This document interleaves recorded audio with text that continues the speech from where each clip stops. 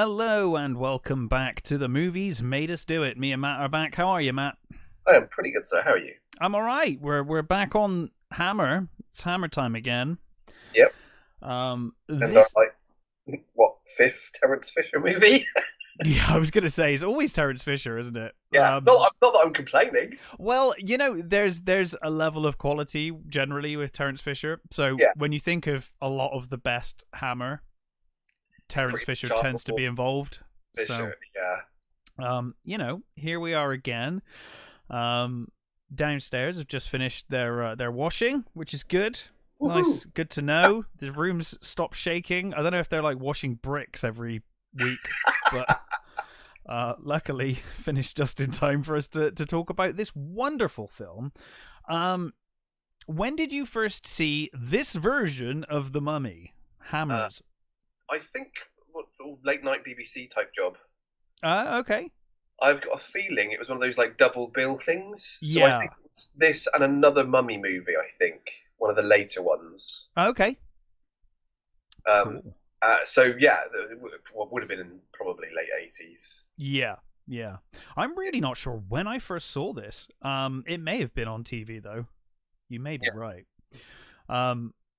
But yeah, a wonderful film.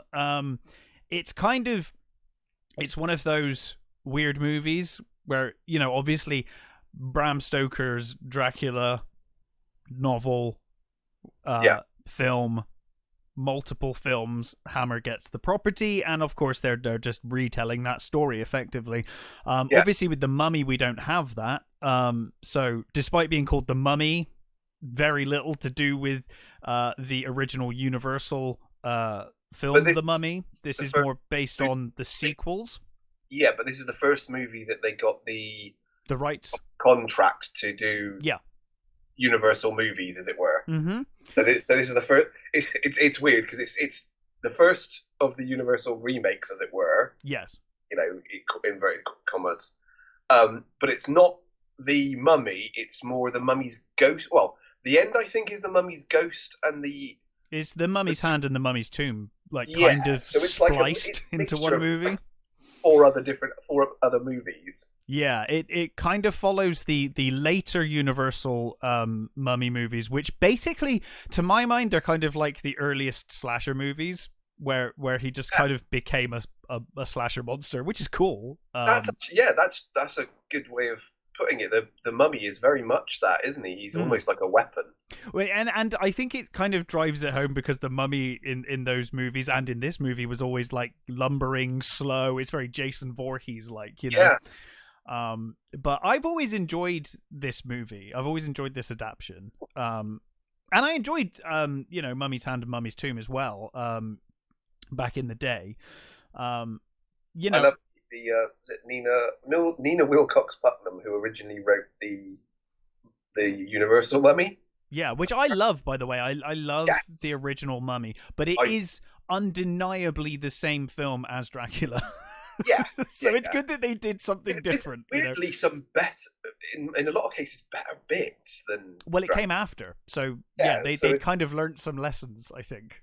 The woman who wrote the original one was appalled by this thing. She says, "This disgusting English remake was done without my knowledge or consent and has been a terrible shock at the age of 75 to see such a work attributed to me, however wrongly and indirectly." Imagine if she lived long enough to see the Tom Cruise movie. Jesus Christ. Yeah. How about this one, love? Do you like this one better? I think this era when Hammer came along, there was a lot of gore and sex and shock, and I think that the public were kind of appalled. I think that's actually one of the funniest things about going back and watching them. The Hammer ones. We grew up with them, so we know exactly what we're getting. Yes. However, trying to show a modern audience Hammer sometimes is quite hard because they're like, why? How is this remotely scary? What is going on? Why am I watching this? Like, there's a disconnect. For a movie, it's like in 1959, it was pretty fucking But this is the problem. There's just a disconnect of what is horror now versus what was horror then. And I mean, it's even worse with the Universal stuff, especially the early Universal stuff, because not only is it very much like this, but you've also got that stage acting as well, where even the acting's over the top. And most of the violence is done completely off screen. So yes, it's a lot of camera pans away and you hear a scream, and that's someone dead. That's always been the worst things for me in the original Dracula. Is the end. The camera literally like pulls away and like, oh, is he dead? Is that it? Yeah, he's dead. Is it over? The cameraman got bored and wandered off. Yeah, the cameraman got bored and wandered off. But yeah, I've always really enjoyed this version. And it's one of the Hammer movies that you don't hear too many people talk about. It's always Dracula, it's always Frankenstein, it's always Quatermass. And the Mummy kind of gets lost in the mix a little. But it's a great movie. The thing is it's mostly. I mean, the best thing about this movie is the script. You know, from Jimmy Shankster, and it's a good splicing of two stories into one. Yeah, and it's the performances again. You know, of course. Just the Cushing and the older chaps really sort of doing their best, stage work, really, which is what it feels like in some cases. Yeah. There's a wonderful scene. My favorite scene of this movie, actually, we'll get to later. But the dialogue scene between Cushing's character and the Egyptian guy in his house. Yeah, my favorite scene of the movie. It's tremendously acted. So congenial, isn't it? It's like it's brilliant. It's that sort of like, has he guessed yet? Does he know who he is? It's like because as much as I kind of say the original The Mummy, 1933, I think, as much as that was like a remake of Dracula. This movie, you do kind of get to that point where Peter Cushing just kind of becomes Van Helsing. Yeah. He's like Van Helsing with a gammy leg. It does take a long time though. Because it does. Yeah, it's right at the end, pretty much. He feels not exactly incompetent, but because he's completely unbelieving. He's not a believer. That's the thing. Yeah. Yeah, he's slow to sort of get to the point where he's like, nope, I'm going to be a man of action now. Yeah. Never mind my gammy leg. I've got guns. They work. Exactly. My leg might not, but my guns do. So yeah, let's get into it. And we open with some. I really love these beautiful title cards. With the Egyptian paintings and that really nice font. I sometimes think that old timey font sometimes can be very hard to read, but here it's perfect. It's nice and old timey looking, but it's a really nice typeface. You can read it. It's very clear. Wonderful. And the score as well, by the way, is great in this movie. I was going to say the music is fantastic, and again, we'll get to it, but the music when they get to the story, when we get to story time, there's two instances of let me tell you the entire story of a different. There's a weird thing as well. When we go back to that, I always think I'd love to see this movie. Just the movie of Christopher Lee and Anka, just show that. I mean, it wouldn't really be a horror movie per se, but I think it would make a really compelling story. Yeah. Well, and it does here is a kind of short, but it's a shame they didn't do a full prequel of all of that. But I guess back then prequels weren't really a thing. So anyway, it's Egypt in 1895, and we see this big archaeology expedition is in full force, and this is one of the I think this is one of the worst things about the movie is the set's really good, but it's so much a set. I think it's you don't like the wooden stone doors and things? It's the scenes in Egypt are very, very badly done. Let's be generous and say. Let's be generous. This is the problem. I've always said this is where those early color films really suffer because Yes. black and white, it masks so much of that budget and that cheapness. So you watch the older the Universal Mummy movies look better than this film because it's in black and white and it hides so much. Plus it's easier to film scenes that look vaguely Egyptian in America than it is in England. Yes, that too, for sure. I do like their use of what I call Star Trek lighting throughout this, though. Yeah, we get the greens and the reds. I love it. I love all of that stuff. Yeah. We've got color now. Let's make everything colorful. Yeah. Well, that's it, isn't it? I mean, that was their, that was the joy for them. It's like, we can show like really good reds. I mean, we covered Dracula. Dracula's red, the reddest blood you've ever seen. Yeah. And then I think in the Frankenstein movie they were like purposely painting like flowers and things so that they would be more bright. I love it. So anyway, during this expedition, they come across a badge in the sand, this ancient kind of badge thing, and we see Stephen Banning and Joseph Wemple. They instantly recognize it for what it is, and they take it to Stephen's son, John, played by Peter Cushing. Now, it's made quite clear by Joseph to Stephen. He's like, I think he even says here, he's like, because I think Stephen's like, we need to show this to my son, and he's like, right, but by the way, your son. Yeah. His leg is fucked. So he broke his leg sometime recently during the expedition. And basically has refused to leave, right? So John's like, I'm so excited about this expedition, I don't want to go. Yeah, because I think it's like their sort of life's work. They've been trying to find the tomb of an anchor. Yeah, because I think Stephen says it's his life, right? It's kind of his life, and his son's inherited his life's work and passion. And they finally believe this is the actual tomb. They found the tomb. Yeah. So they're both ridiculously excited. And I will say, even though the uncle sort of, we got to send him back to get his legs fixed. If he doesn't get his leg fixed, it's probably going to. Yeah, he says, like, I'm not a doctor, but if we don't set it right, it's going to knit the way it is now, and he's going to have a lame leg for the rest of his days. I think he says that, right? Throughout the rest of the movie, he brings that up. Like every other. It's a shame you didn't listen to me. He's like that uncle who turns up at Christmas and just remembers like one slight that the family gave him like years ago and brings it up every Christmas. If only you'd listened to me, you'd be able to walk. But he's so sort of like mean about it. Yeah, he is. It comes across mean. I don't know if it's intended that way, but it certainly comes across mean. It's like, yeah, I know.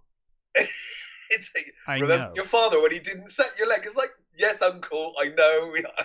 I remember. It's my fucking leg. But Stephen says to him, he's like, look,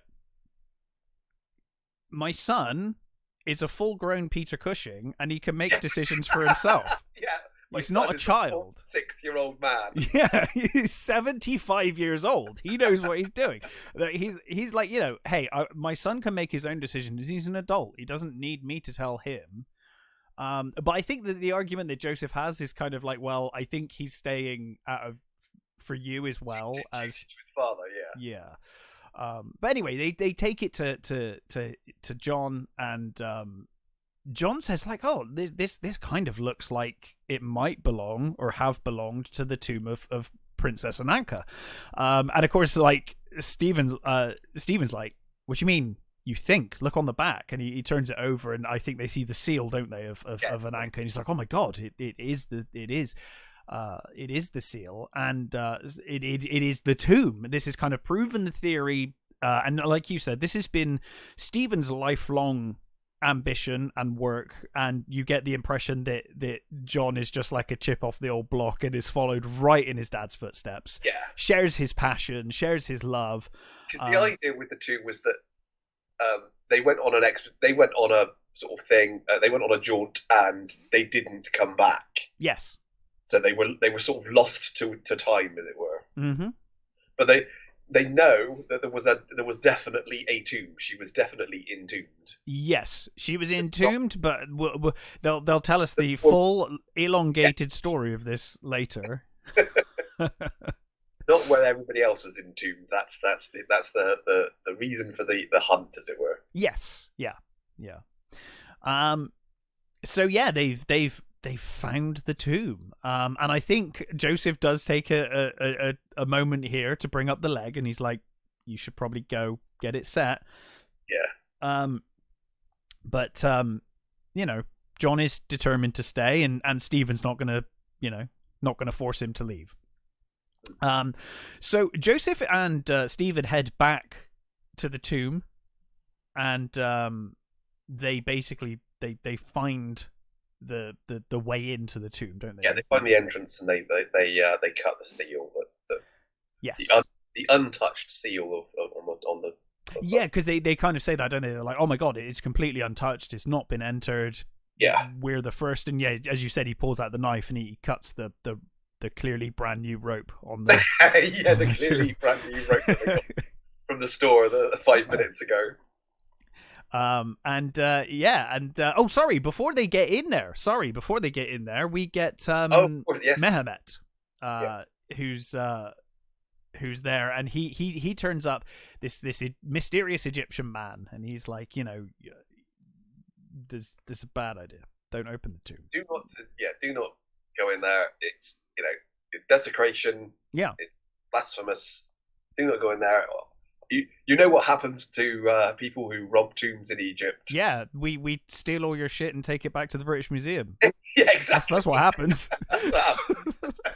We steal your stuff and take it to London. And then some people die, and it erroneously gets called a curse. Yeah. I mean, okay, so some of the deaths from Tutankhamun's opening were a little bit ropey, but we don't talk about that. No, it was nobody of particular social standing, so we don't care. Yeah.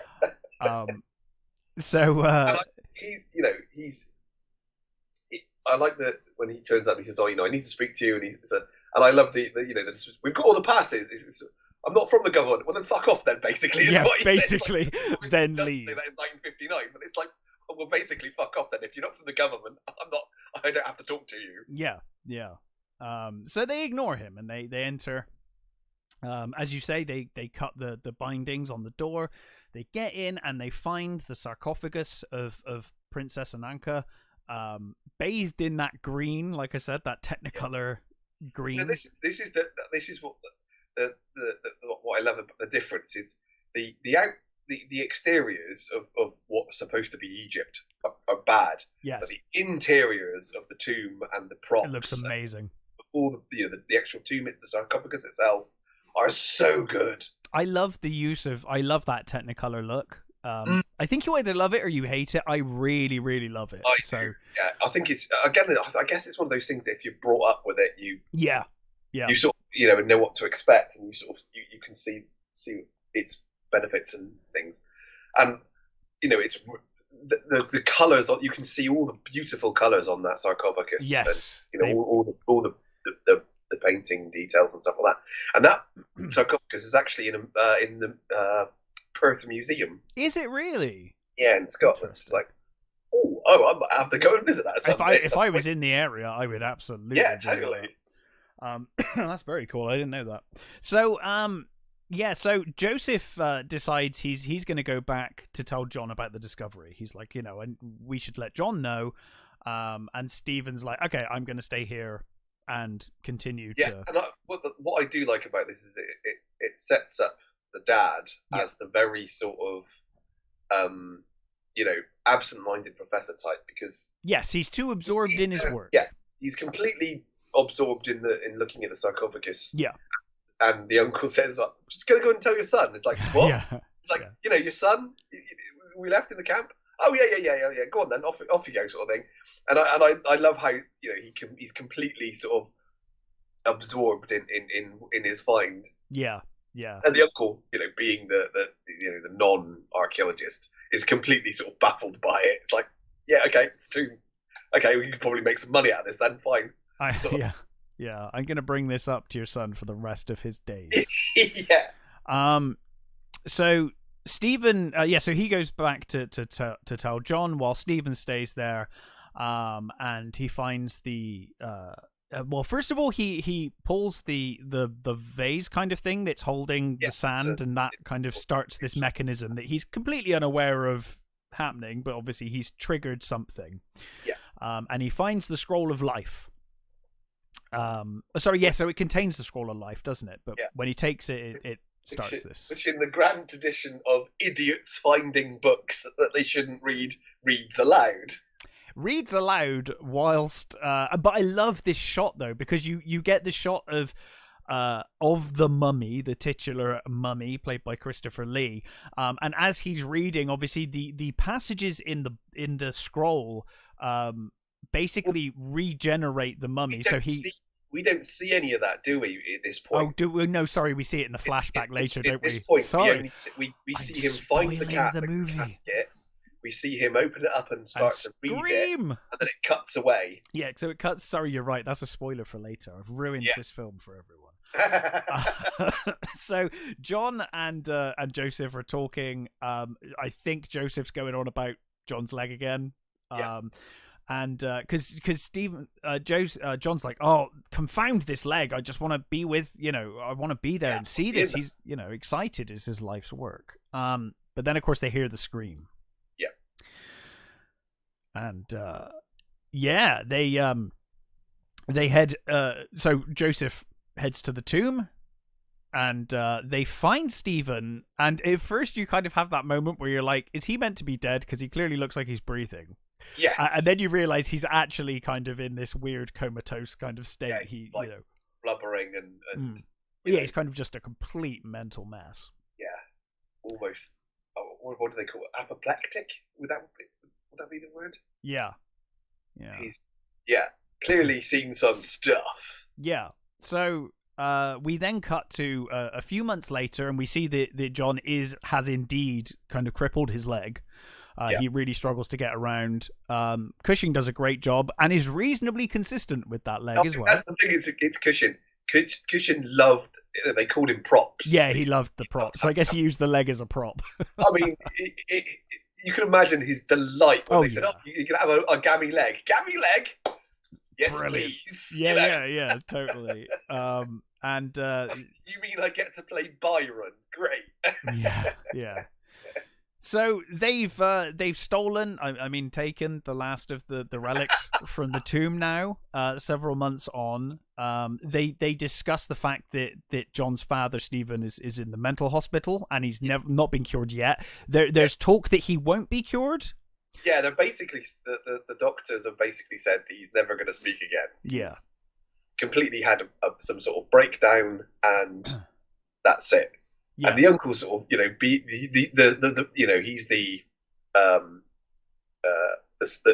the stable, sane character who's like, he just had overworked and he just got excited and now he's like had a breakdown. It's like it's fine. It's like okay then. Yeah, the alternative being that you left him in there and something happened to him, or you left him. Exactly, yeah. Go with that. But anyway, they've removed everything now, and John has decided that due to what happened to his father, the place is evil, so blow it up. Yeah. And well, I don't know if they blow it up; they seal it, right? I think they seal it. Rather, it's one of those. It's one of those sort of. It's that sort of the speech that Cushing gives. Yeah. Which is about I know that I there is definitely something wrong with that cave. There's definitely something evil there. Something evil there. That. Said by almost anybody else, those sort of speeches would sound daft. Yes. But for some reason, Cushing delivery managed to pull off those speeches so wonderfully, and I'm not sure it's mainly. It could just be that we love him so much that. No, I think he is that talented. But I think it is. Yeah, I think it is genuinely that he just can pull off these amazingly quite camp speeches, really. Yeah. So they seal the tomb with explosives, and we see that Mehmet is praying nearby, and most importantly, he has the scroll of life with him. Yeah. And we'll see how he gets that scroll a little later. We then... Weird thing, he's praying to the god Karnak, which is weird, because Karnak isn't an Egyptian god, it's a place. Yeah, well... I don't know why they chose that. They didn't... I mean, there were lots of Egyptian gods they could have chosen. They've got loads of them. For some reason, they made up a new one. I guess maybe they made one up to not offend anyone. I don't know. They're like, oh well, we'll just make one up and then we can do our silly money movie. 1959. I don't think they're worried about offending anybody. That's true. Sorry, I'm adding modern day politics to this 50s movie. They're worried about offending the Egyptians. Anyway, we skip forward. It's like 1898 now. Yeah. 3 years of being in a mental hospital, and Stephen has got better, despite the doctors saying otherwise. He has improved, and they're like, it's actually really weird though, because they call it a nursing home. Well, it kind of is because asylum. Yeah, well, it's weird because in a minute he'll break the windows, but then they're like, now we'll put you in a proper padded room now. Yeah. So it's almost like they've got a wing for the less insane. I don't know. I guess so. The stable. Yeah, because the room that he's in that John visits now seems kind of nice. It's kind of reasonable. Room, yeah. But after he misbehaves and breaks the window, they're like, okay, padded room. Yeah. Okay, he's kicking off. You had your chance. Yeah. So Stephen's kind of improved, and John comes to visit him. He seems to have no memory of the broken leg, and in fact, he's like, well, you should have set it. Yeah. It's like, Dad, I didn't set it for you. Yeah. But yeah, he has no memory of it. He was really fucking tired of people pointing at his leg. It's like, fuck's sake, I know. It's like, at least his dad lost his mind. He's got an excuse. Exactly. Yeah. There is that. Joseph's just being a dick. But he doesn't remember the leg, but he does remember the tomb. Yeah. And he remembers the scroll. This kind of disturbs him because they start talking about the expedition, and this disturbs him, and he becomes kind of agitated, and because I think this is the first time he's actually talked, right? Yeah, or certainly the first time he's talked to John. He's been pretty much catatonic the entire 3 years. This is the first. This is the first change that's happened. Yeah, and I think it's because the mummies come to England, right? Yes. Yeah, we get the scene with the drunk horse riders. Hammer locals. Yeah. I was thinking while I was watching this film yesterday that, when you're a kid, you always wanted to be like an extra in a zombie movie and be a zombie. And I think the older I've got, the more I'm like, no, my dream role would be drunk guy. Hammer local, yeah. Or like drunk guy, because this movie's got a great local. This movie's got a great drunk guy later on. This movie's got 3 of them. It does. I like the one in the woods though. He sees the mummy. Yeah. He's my favorite. I want to be a drunk in a movie. I love the poke that when later on when the copper talks, confronts him, and he's like, "I just found that rabbit. It was just a trap." Yeah, I don't know what happened. So in his ravings, Stephen warns of the scroll and that the mummy is going to be freed again. But of course, John's like, you're in a mental asylum, so I'm going to assume that this is probably crazy. And as you said earlier, John is very much of the scientific mind. Yeah. At this point, and he doesn't believe any of this. He thinks it's all nonsense and superstition. And he's an archaeologist, and that's his profession. So he's slightly more open to things than his uncle is, but he is he's a rational Victorian. Yes, absolutely.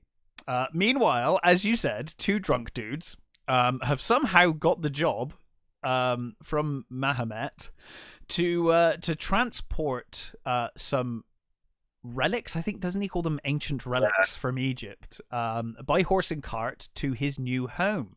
Mehmet has a home nearby, as we'll come to discover later. And these two chaps, I don't know why they were paid to do this. If this is their job, I don't know. Is it normally their job and they got drunk, or are they just two assholes? This guy was like, please take these like priceless ancient relics. They're probably just locals that do the odd jobs in the area that, you know, they get paid to do whatever is going. So they're drunk driving this horse and cart, and they head past the nursing home. Yeah. Causing Stephen to go crazy. Stephen now on his own. He starts ranting and raving about the mummy. He smashes the window as the cart goes past. Yeah. This causes one of the drunk men to be like, I'm going to get killed by an insane person. Yeah. Speed up.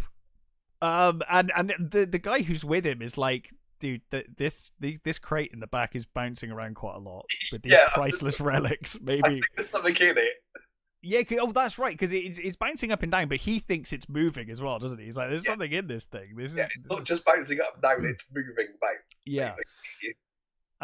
But of course they increase their speed too much, and the crate comes loose and falls into this bog, where it sinks. Yeah.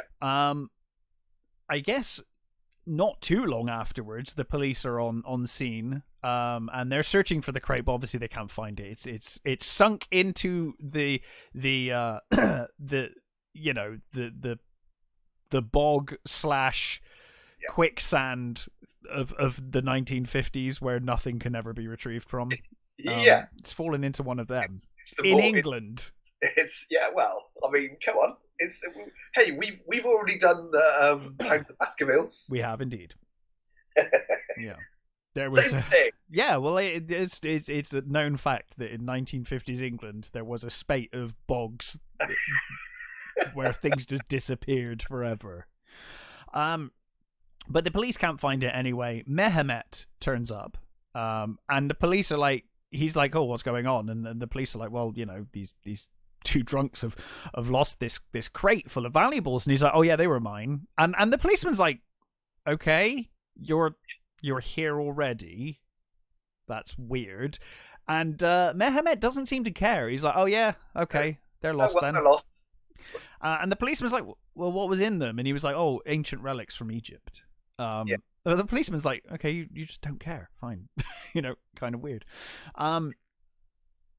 So yeah, we then, I think, cut back to the nursing home, where the doctor is kind of saying to John that, you know, Stephen has to go into the proper, you know, padded room now, because they couldn't quite understand why he got so agitated and went a bit crazy, but he has, so he's in the padded room. Yeah. Meanwhile, back at the bog, Mehmet, now on his own, starts reading the scroll of life, and we get this wonderful shot of the mummy coming out of the bog, covered in mud and crud, and it's such a great shot. It is awesome, and I love the actual the mummy face is really good. It is, yeah. It's like really immobile and just sort of like crusty looking. The only problem with the overall thing is that you can see the seam where the zip is on many occasions. Yeah, and later when he dries out, you can see a clear difference in color between the face wrappings and the rest of the bandages. But you know, whatever. But the face itself looks awesome. It looks tremendous.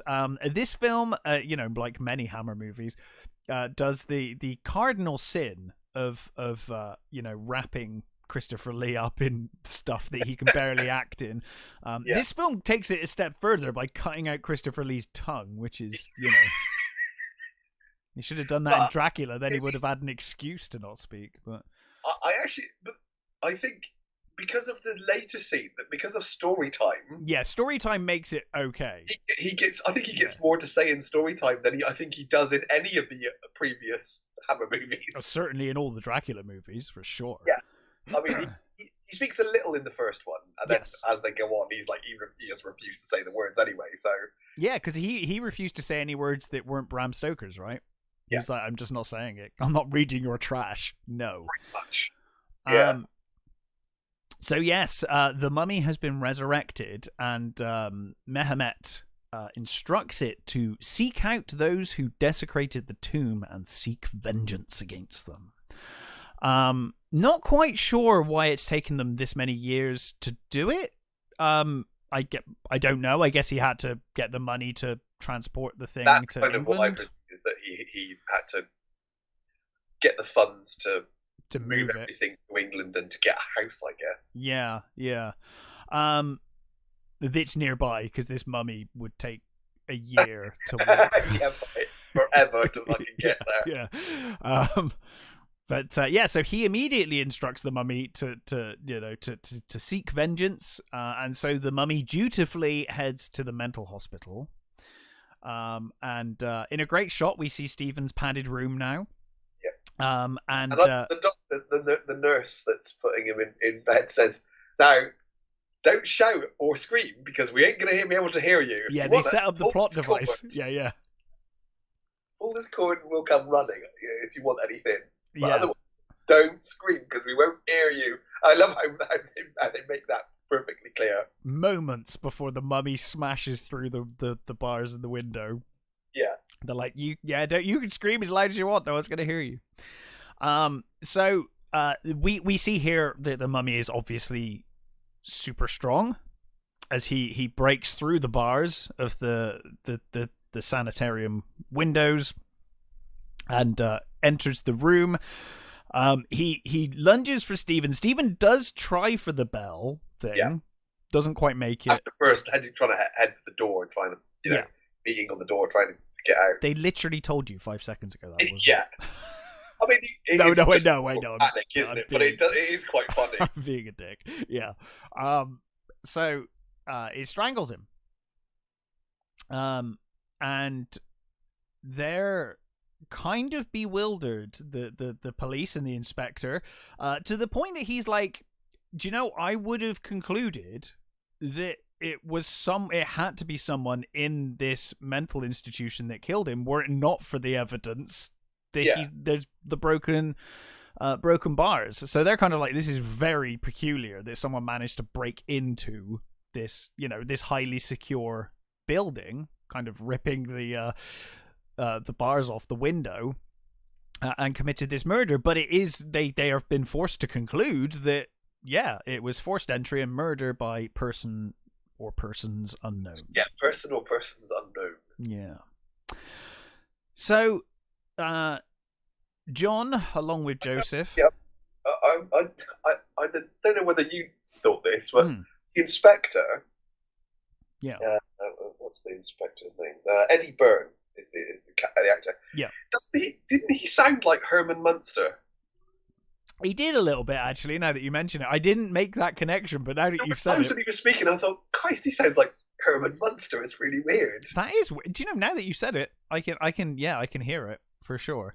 I didn't make that connection, but now that you've said it, yes. So, Joseph and John head home to look through Stephen's papers. Because they're like, well, if someone's gone to a lot of effort to break into a mental institute to kill my father, presumably someone wanted to kill him enough to break in, right? So some evidence of a grievance, a grudge, yes. Some sort of enemy that he made at some point. Yeah. And this is where they begin to discuss the discovery of Ananka's tomb and how Stephen lost his mind in the first place. And I do like the fact that they're discussing the dad and just saying about how he was like one track minded. He was like always busy with his thing, and even though that they had money, yes, they got into debt one day because he just forgot to pay the bills. Yeah. And then a bailiff showed up. It's like, okay, well, we've established that he's clearly one. We've established professor status. Yes, for sure. So they discuss this, and then John basically reads. I think he's kind of reading from the diary, right? And they kind of that. Yeah, he's basically said. Yeah, he says, "Do you know the story of Ananka?" And he says, "Like, yes, I know the story." He goes, well, I'm going to tell you anyway. Story of Ananka. It's like... Yes. So we then get the first of our flashbacks. Yeah. And we're told that Princess Ananka died from illness on a pilgrimage, and we see that, you know, her body was anointed in the usual ceremony, and they go to quite great lengths to explain how the ceremony is, you know, this procession. We kind of see all of that.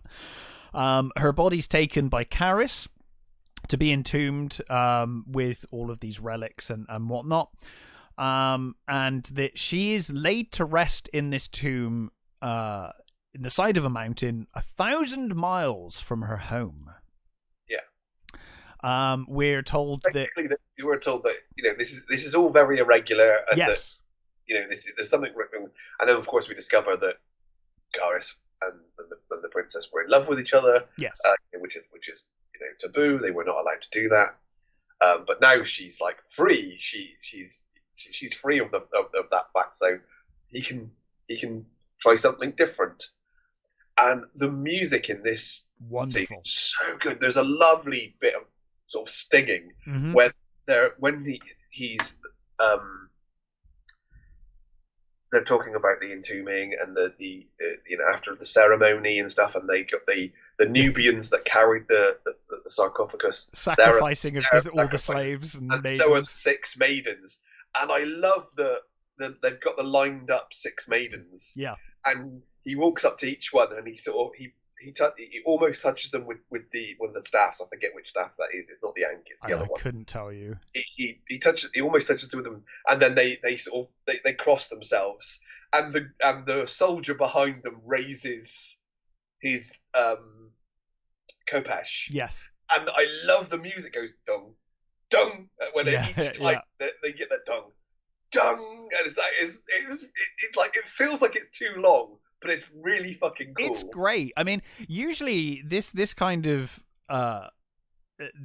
scene with all of this exposition, it would normally serve to annoy me, but I love this stuff here. I love seeing this story. Like I said, I think this would have made a really interesting film in its own right, just seeing all of this stuff. But I also think that the 90s Mummy does a very good job of that as well.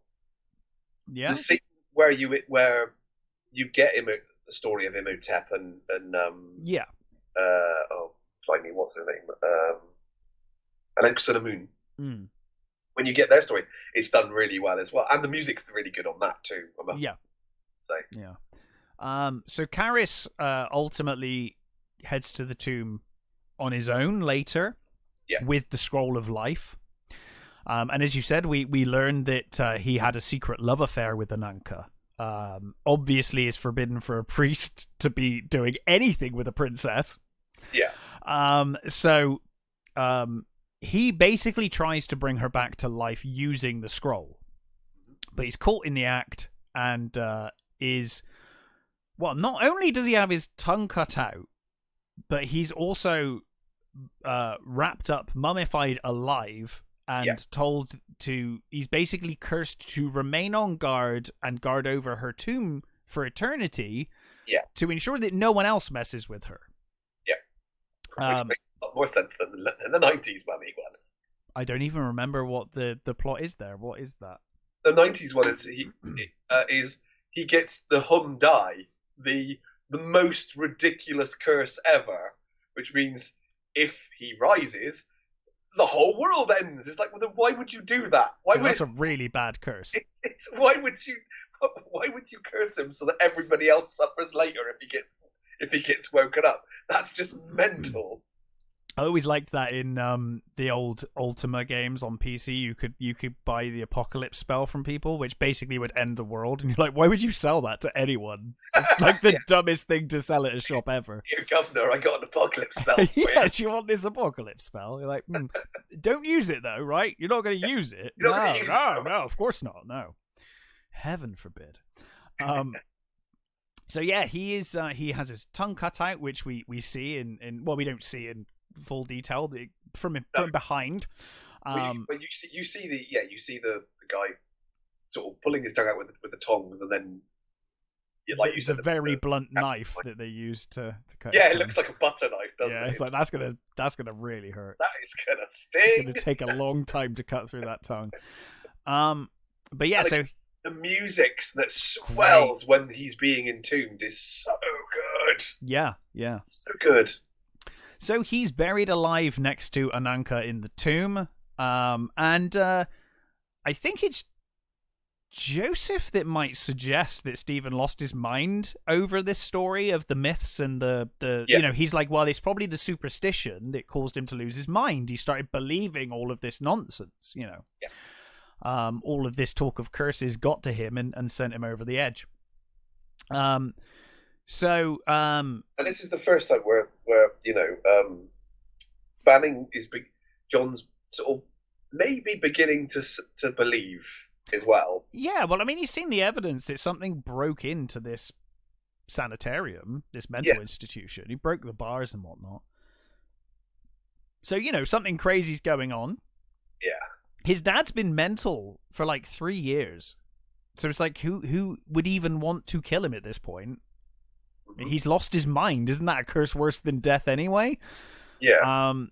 So, and the last people that really his father insulted was Egyptians, all of Egypt, by stealing from stealing from them. So, maybe. It's not stealing if you've got the permits. No, I guess not. Well, Mehemet disagrees, and in his house, he prays to the god, and he instructs Karis to destroy the second of the desecrators. Yeah. And so dutifully, the mummy heads off into the woods, where he's seen by Drunk Poacher, one of my favorite characters of the film. Yeah. And of course, Drunk Poacher runs immediately to the nearest pub. Yeah. Good. And he comes in and like orders. It's Michael Ripper, who is played similar characters in so many movies. Oh yeah. You get those like career drunk actors, right? They're like the bum, the drunk bum, the drunk man. Like him and the guy from who's the toll keeper in Dracula. That guy that turns up, not the toll keeper, the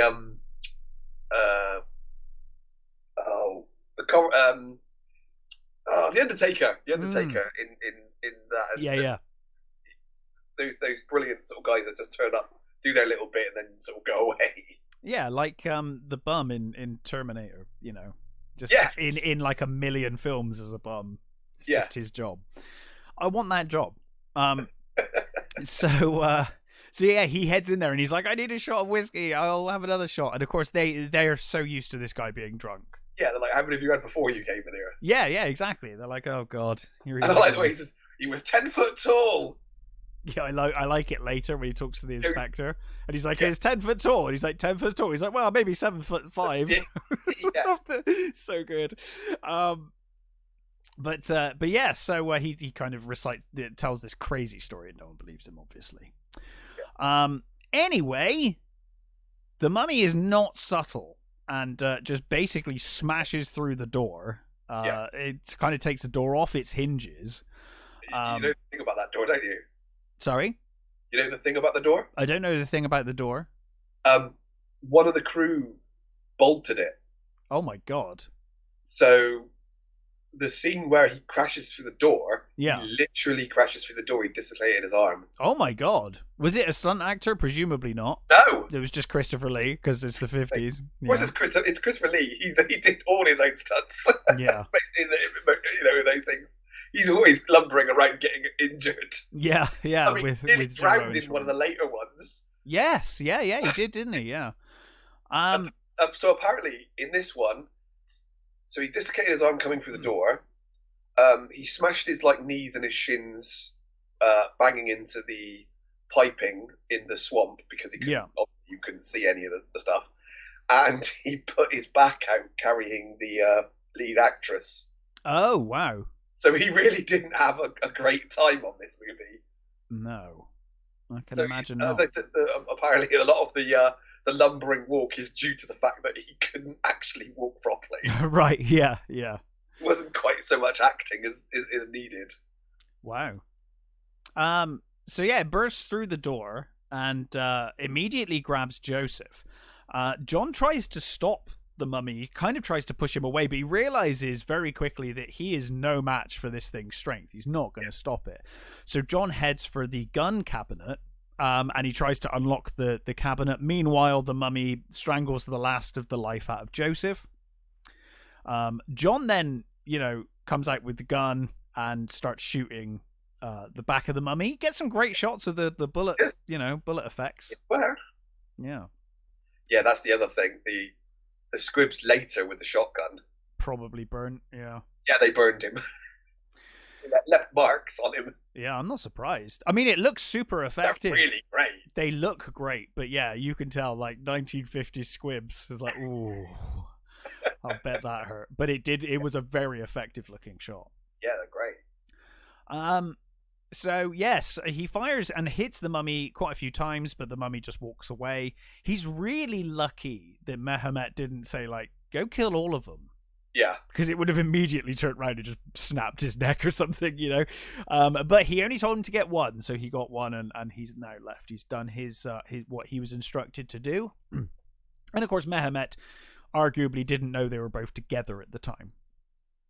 So he is now a believer, obviously. He's put several bullets into this mummy, and it walked away, no problem. It overpowered both of them, killed one of them, got shot, no effect, lumbered off into the night. Inspector Maloney arrives at the house later, and he starts questioning John about what happened. And of course, John ultimately says, "Look, this mummy showed up and murdered him." Yeah. And Maloney's like, "Mummy? Aren't they usually dead?" Yeah. And he's like, "Yeah, usually. I mean, this one should be, but it's not." And of course, the inspector is very much like John would have been had he not seen what he'd seen. He's like, "I deal in facts." He's like, "Look, I'm investigating this murder." I was surprised that he didn't try to implicate John in some way, to be like, "This is some mental story you've told here." Yeah. And I'm not. But he does believe John. He believes John. Because you get that moment where the inspector's like, "Well, your father's dead, and now Joseph's dead. You're the one that links all of these things. You're the only one in the room. But I'm going to believe you." But he doesn't believe the story of the mummy. He's like, "Look, I deal in facts, and I'm going to go and speak to he goes to speak to the townspeople to kind of try and piece together what actually happened, rather than believing this mummy story out of, immediately believing it." I love that, again, with the drunks, you get that brilliant scene where he's talking to the cart driver, and he's clearly just paid for a beer, and he's finished it, and he's sort of looking forlornly in his his mug, looking at him, going, sort of waiting for him to buy him another pint, and he sort of gets up, and he sort of sighs and sort of goes and sort of looks at his empty pint, and then the copper goes to the bartender, "Oh, and get him another," and it's like, yay! Yeah, success. But anyway, the inspector, before he leaves, is told the full theory of John's, which gives us our next flashback. Yeah. We see that, and John, by the way, is 100% accurate in his belief. This is exactly what happened. So we go back to that scene. We see the end of the scene where it cut, with them talking, Joseph leaving, and then Stephen starts reading the scroll. We see the tomb in the background with Keris mummified, who slowly starts coming back to life. And I love each line is talking about, now your arms are free, and now your legs can move, and obviously Christopher Lee follows that with the actions as he slowly comes back to life. Of course, Stephen sees too late. I mean, he's super close. He's kind of would have been his peripheral vision for quite some time, but fine. As you said, he's so absorbed in the he's completely absorbed, and so probably could have assumed it was Joseph or something, and just ignored it. Like you said, we've already seen him. What the there's plenty of examples. Yeah, and talk about. I want to go and speak to your son. It's like, what? Oh yeah, do whatever. Go on, off you go, sort of thing. So you've already seen that he's, oblivious to what's going on around him. Yeah, but of course, one of the things that didn't make sense is that Stephen wasn't killed by the mummy in the first place, and of course now we see how that happened. Yeah, because Mehmet turns up after Stephen screams. Well, he goes full like Cthulhu, doesn't he? He goes Bibble. Yeah. He sees Karis coming towards him and goes Bibble. Yep. And beautifully done as well. His whimpering and it's great. And his mental collapse is wonderfully done. Yeah, it's really, really good. But Mehmet turns up and speaks in Egyptian to the mummy. And, of course, the mummy then heads back into the tomb, into its kind of sarcophagus area. It's not a sarcophagus, is it? It's kind of like a room. It's like a cupboard, isn't it? Yeah, it's a cupboard. The mummy cupboard. Slightly disappointing, the cupboard. It's like Karis' cupboard. They only had the budget to make one amazing prop. Yeah, that's true. That's probably true. And Christopher Lee probably wouldn't fit in it. Yes, exactly. So we then see Mehmet leaves with the scroll, obviously. And Stephen's just left a gibbering mess for Joseph to discover. As we said, Mulrooney doesn't Mulrooney, I think is his name here. He doesn't believe the story, obviously, and says he wants facts. So John does warn him. He's like, I think I'm next, by the way.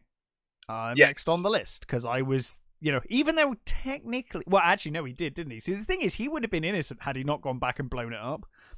Yeah, because it's like he didn't technically go in the tomb himself, but I guess he did ultimately later. So yeah, we then see the story with the drugs, as you said.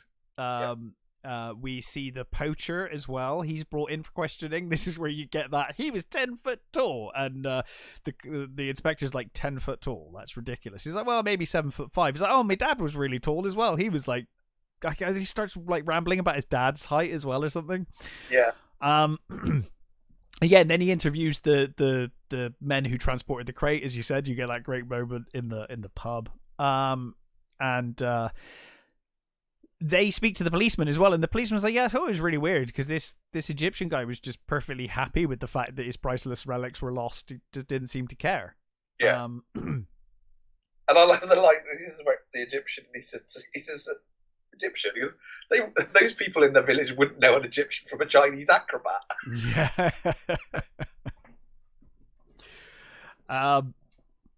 Yeah. So Mahet, meanwhile, does another prayer, and he's like, right, mummy, destroy the last of the desecrators. And the mummy obviously heads out.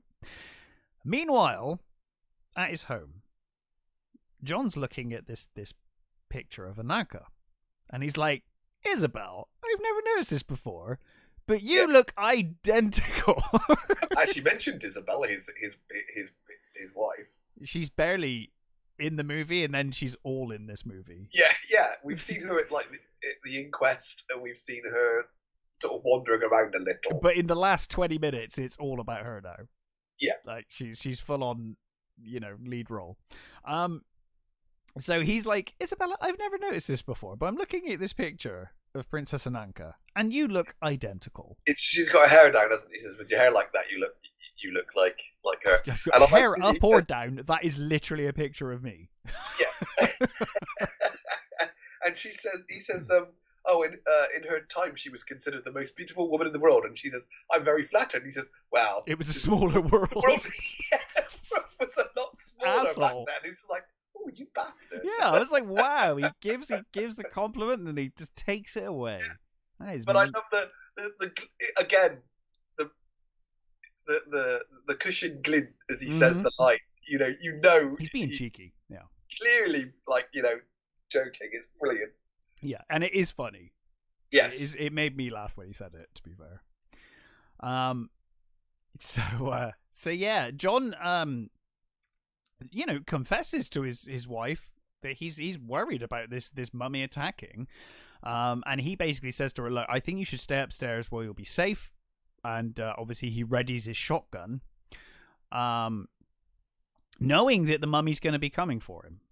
The mummy does indeed break in. It breaks through the window. John obviously shoots it, but that does nothing to stop the advances.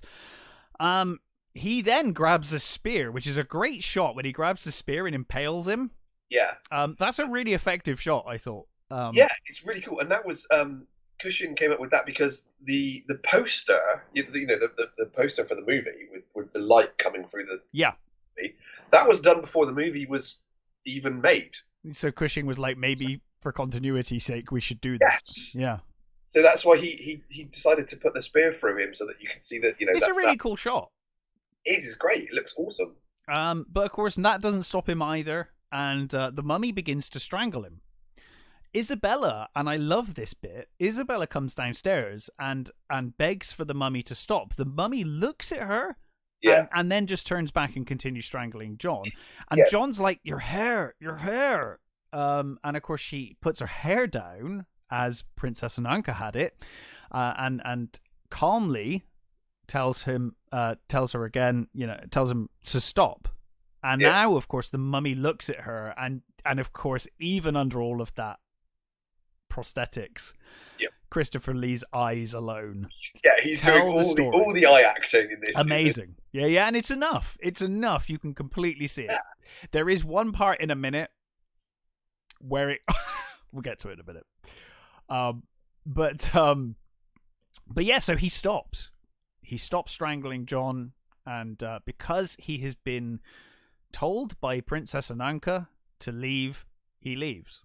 Yeah. And he just walks out the house quietly. No problems at all. I mean, never mind that he suddenly understands English, but that's fine. Yeah, my guess is it's intent. He got the intent of the words, if not necessarily the... It's the tone, isn't it? Language. It was the tone of fuck off that he picked up on. It was the tone of fuck off. He understood. Yeah. So the inspector returns and he's like, well, I thought you were full of shit, but honestly, having spoken to people, I think you might, I'll do a Spock, and I've eliminated all of the rational, so here we are. He says, look, I believe that you may be right, and he says, especially with that Egyptian man living up the road. And John's like, what? Yeah. He's like, oh yeah, there's an Egyptian man who's moved up the road who's bringing some relics and lost them recently. Yeah. John clearly has no contact with the locals whatsoever. No, John has no news. I guess like his father, he may be just buried in work. This is true. And ignoring the world around him. And of course, he immediately puts two and two together. This Egyptian man is living awfully close to the nursing home where his dad was killed. Yeah. The inspector leaves, but he's like, you do anything now. Yeah, it's you stay here. It's like a dad talking to a 2-year-old, isn't it? Yeah. Now don't do anything naughty and go and see him, mind. I'm telling you now, don't do it. Boy. And of course, as soon as he leaves, John's like, "Well." The moment he's out of sight, right? Get me coat. I get my coat. I don't know where this house is. I've only been vaguely told that it's there, but I'm gonna go find it. Yeah. And so he does. He heads up, and we see inside the house. Mehmet is he believes that all the desecrators are killed now. And this is the bit that made me laugh a bit, because he orders the mummy to go to rest, but the mummy kind of refuses. Yeah. And this bit is like, I get the intent of the scene, and I think under all that prosthetic, Christopher Lee was doing a great job with the eye acting, but it does come across like the mummy is a bit of a child here, and he's like stamping his feet and refusing to go to bed. Yeah. I think that's fair. Yeah, it just kind of comes across a bit like, no, I don't want to. No. I don't want to go to bed. I mean, I think it's probably because he knows that the job isn't actually done. Well, he knows the job isn't done, and also he's seen Princess Ananka now. Yeah. You know, he's like, well, actually, I kind of might be this hideous undead monster, but I kind of still fancy her. My girlfriend's still out now. I still fancy my chances.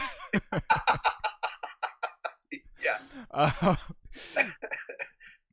So yeah, he finally does. He enters his sarcophagus thing, and John knocks on the door. And imagine Mahomet's surprise that the man he just killed is now at the front door. He's like, oh. But of course, it's wonderfully acted by these two, and this is my favorite scene of the movie. These two and their exchange, where, you know... I don't think he knows who he is when he first knocks on the door. No, but he introduces himself, doesn't he? Yeah. And then it's like, oh. And of course you alive? He invites him in for a brandy, I think. It looks like brandy. And they discuss over brandy. They have a heated, an increasingly heated discussion around the desecration of Egyptian tombs or the rescuing of artifacts, as John sees it, to the museum. Because he's like, well, if we didn't do this, half of your own country's history wouldn't be known. Yeah. You know, half of your people's history. I also love is he completely baits him. Saying, well, because of course he knows what's going on. Yeah, and he says, oh, Karnak, he was just a minor god. Who would worship Karnak? He's just a made up god. Doesn't even exist. Angry. He's like, he was a very special god. He's like, he's my god. It's like no. You'd have to be an idiot to want to worship Karnak, and it's just beautiful. I love that. Yeah, I like the bit when Mehemet's like, you know, certain Egyptian cultures might punish you for these views. Yeah. They might not like you very much, and they might put a curse on you. Not me, because I'm a civilized. Doesn't he say, like, I'm a civilized man? Yes. But of course, the less civilized man might put a curse on you. So John's like, oh, I'm sorry, I've been very rude. And of course they apologize to each other. It's all very cordial, which is why I love that scene. It's done really, really well, because they both know who each other is by the end, but they're keeping it civil. And it's like, as soon as they're out of sight, it's like a race to get one over on the other. It's like, right, shit, now we know who we are. Now we know what we're doing. Yeah, but in case John needed any further proof, as he's leaving, he notices the seal of Ananka's tomb on the table. Yeah. And he's like, okay, that's interesting. Because he looks at it and he's like, oh, interesting. Yeah, and he purposely gets the date wrong and everything. Yes. Yeah. It's great. It's so good. I remember the specifics. So, like, isn't it 16th dynasty? It's like 17th. Yeah. Of course he knew that. Yeah. So Mehemet returns to pray to his god. He apologizes for the failure to have killed the desecrators, but promises his god that he will be dead before sunrise. John returns home, and they all prepare with loaded guns to kill the mummy. Isabel is sent off with the inspector because John's the target. So the inspector's like, well, I think, you know, your wife would be safer with me. Even though really she's the only one that's managed to stop the mummy so far. She's kind of key, but I guess, you know. They're kind of ignoring that. Yeah. They're like, well, shotgun didn't work. The answer is more shotgun. Yeah, the answer is bigger shotgun. This time we'll try both barrels. Yeah. So they head off and hide in the elephant gun. That's what they want. Elephant gun, yeah. So Isabella and the inspector hide in the woods with a policeman. I think they got a policeman with them as well, right? Yeah, and I think, you know, everybody gets armed, don't they? So they start, they're all like that gun cabinet is empty. Yeah. Tooled up. You get the copper and some of the things. And what I love about this is, it's not Karis that kills the next couple of people. It's Mohammed. He totally does them in with a knife. Yeah. He does an Assassin's Creed job and comes up behind him, thunk, one dead. Yeah. Thunk, 2 dead. It's like, oh, here we go. Off you go, Karis. Go and finish the job. Yeah, yeah. And of course, the mummy does attack John. John fires at him, but obviously, it's the mummy, but it starts to strangle him. Isabel, again, says, hey, stop.